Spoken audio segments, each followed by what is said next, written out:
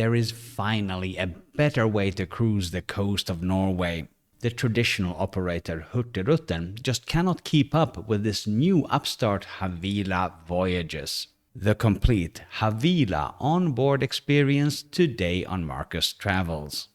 The route we're traveling today is the coastal ferry route between Bergen in the southwest and Kirkenes in the northeast, next to the border with Russia. In Norwegian, this route is traditionally called Hurtigruten, which just means the express route. There is a ferry company with the same name, Hurtigruten AS. They have run this route for over 100 years. But since 2022, there's competition on the route. The competitor is a company called Havila Voyages. That's the product we're trying today. And I can already tell you it's good, it's real good, but not for everyone. I'm only taking a portion of the full journey. I'm going south from Trondheim to Bergen. That's 2 days and 1 night on board. I got to the terminal on foot. It's about a 25-minute walk from downtown Trondheim. You can board as early as 6:30 a.m. for this 9:30 a.m. departure. You see the sunrise here. Compared to the old ships that Hurtigruten uses, you can already see that the Havila Capella is a more modern ship. It first sailed in 2021. Good morning from Trondheim. Let's board the Havila Capella that is already waiting for us at the dock. Boarding was a simple process. You just walk on board here on deck number 3. So many people take the entire coastal route, so they board at the terminus ports of Bergen or Kirkenes. At this intermediate stop, there are no crowds. At check-in, at the desk, I got my cabin key.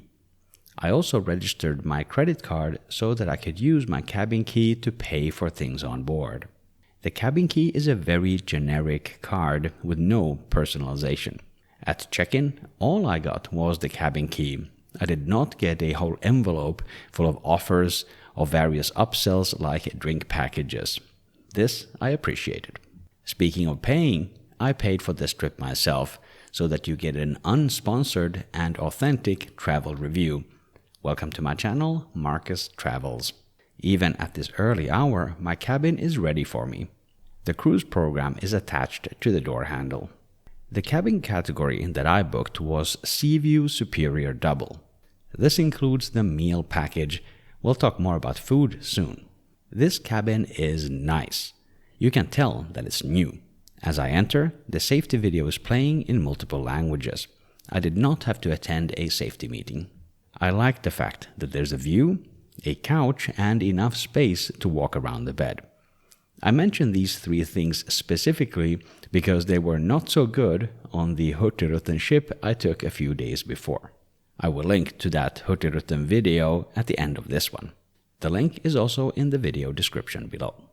This panel controls the lights at the bottom, and at the top it controls the temperature independently for the bathroom and the room. The bathroom is sleek and modern. The shelf for your toiletries is a great feature.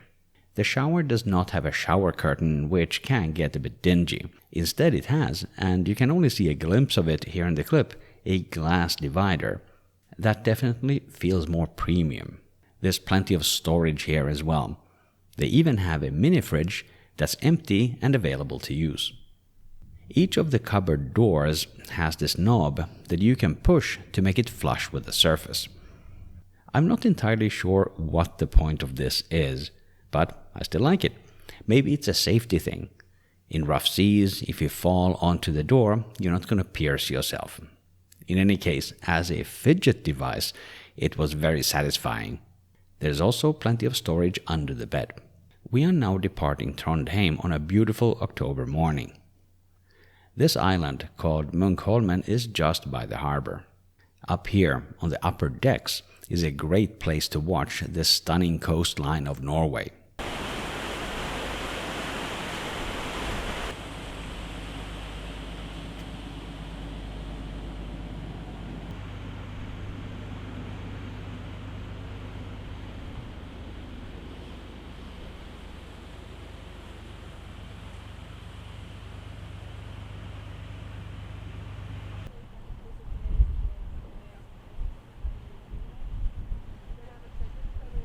Part of the walkway that goes around the ship is a bit more exciting.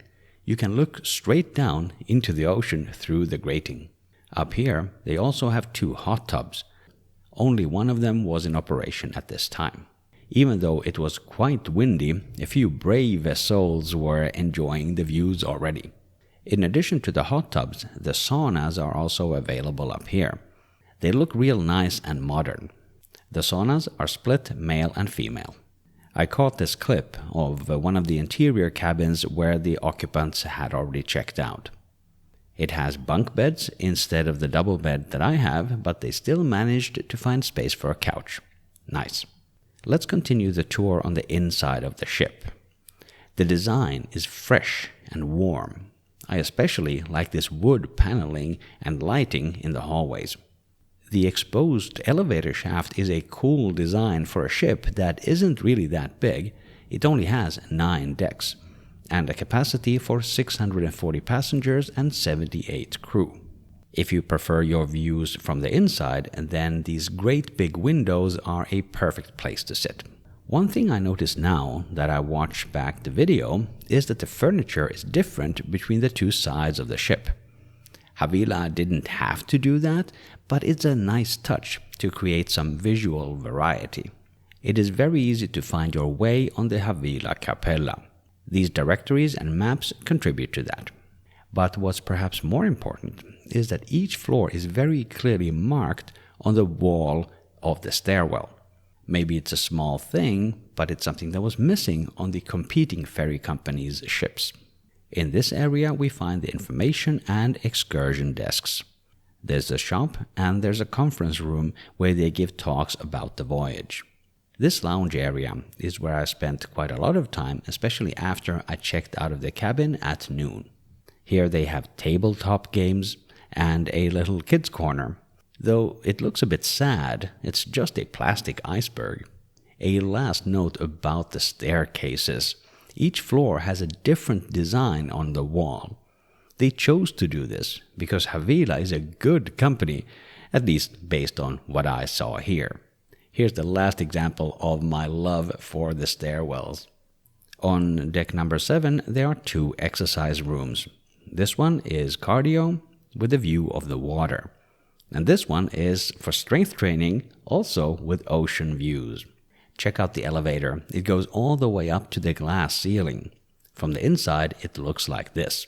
The doors to the outside deck are really well designed. Firstly, they slide instead of swinging open. In strong winds, that's a much better system. Secondly, they work with a sensor. You don't even have to touch it, just wave your hand in front. If you're getting value from the video, please hit the like button. Thanks for doing that. Welcome to Kristiansund. I made myself somewhat comfortable here at the back of the ship, hopefully away from the engine noise, but I'm still in the middle of all the wind. We're gonna have a very brief stop here. Because of the weather conditions we were a bit delayed, so as soon as we get our colleagues off the ship and onto their tour buses, we're going to continue this journey down towards Bergen. Smarter people than me probably would have recorded those last couple of clips here inside where it's dry, warm and still. But hey, those smarter people, they don't work for Markus Travels. As we are now leaving Kristiansund, when the ship turned around, you could clearly hear the engines running. But then they switched off the engines and now we're just running completely silently. I think we're now on electric power out of the harbor. It is really, really peaceful. Nice done, Havila, on selecting such a capable ship. My fare included breakfast, lunch and dinner. The food concept at Havila is something that stands out. It's not a buffet, but you can eat as much as you want. You just order these little dishes to your table. It's kind of like tapas. I felt that 3 dishes was the right amount for lunch. And that's also what the company recommends. Plus, there was a secret dessert. You were not allowed to know what it was before ordering. At dinner, the concept was similar, but on the menu some items were specified as starters and mains and desserts, respectively. All of the food was delicious. I like the idea of not doing a buffet in order to reduce food waste. There is also a specialty dining restaurant here at the front of the ship. There's also a bar and lounge area. I enjoyed both the views and the blackcurrant hot toddy they prepared. For that I had to pay, as drinks other than tap water are not included. The price for the hot drink was 139 Norwegian kroner, which is around $13 US. At dinner I also grabbed a Norwegian beer. The price was 129 Norwegian kroner, which is $12 US. Here's an aspect of the main restaurant that I have not seen before. They require you to wash your hands at these sinks by the entrance to the restaurant before you're allowed to go in. I actually really like it. A good way to fight germs. Breakfast was partly a buffet for the cold items like my crisp bread and cold cuts, and partly the tapas system from before. That's how I got my hot oatmeal. I feel I also got the best seat in the house. They assigned me the same seat for every meal, and I just love the views through the huge panoramic windows. There's also a coffee shop on board. Some of these items are included in the dining package, but some of them are not. The included items have a little coffee cup logo on the sign. There are great views to be had from both the outside and the inside of the ship. In addition to carrying passengers, these ships along the coastal route also transport mail as indicated by the post flag. The Coastal Express route was established in 1893. It had a huge impact on business in Norway.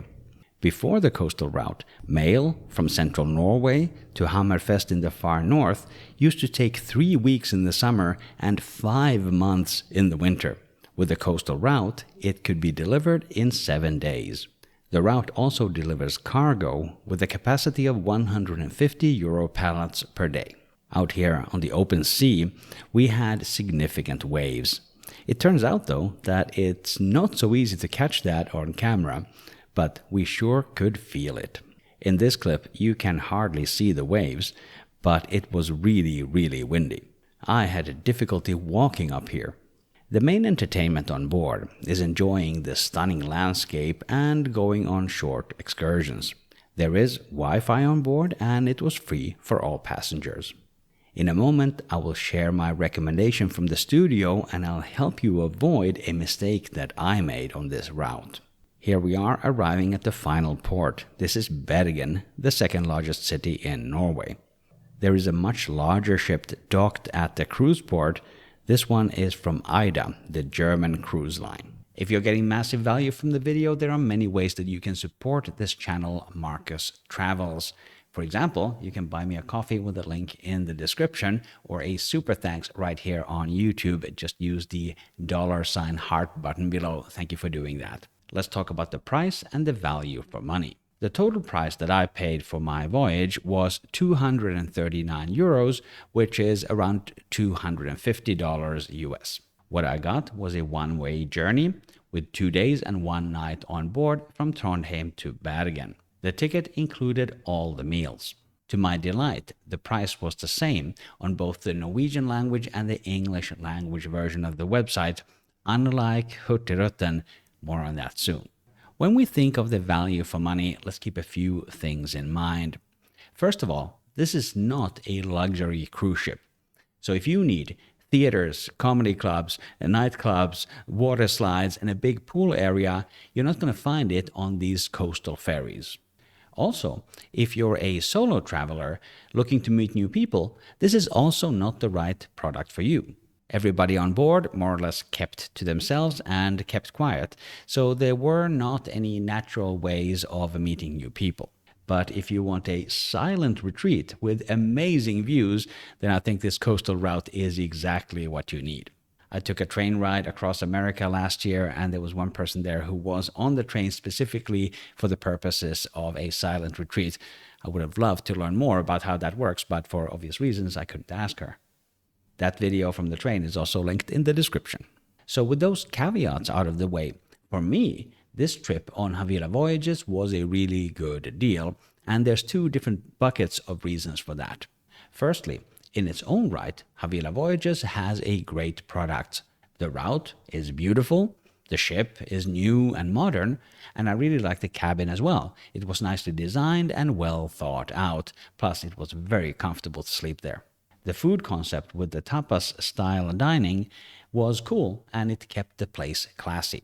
As for a second bucket of reasons, Havila Voyages has a great product by comparison to the other operator on this route, Hurtigruten. They are the original company operating this route, and they're just so much worse. Almost everything that Hurtigruten does on board their ships, Havila does better on theirs.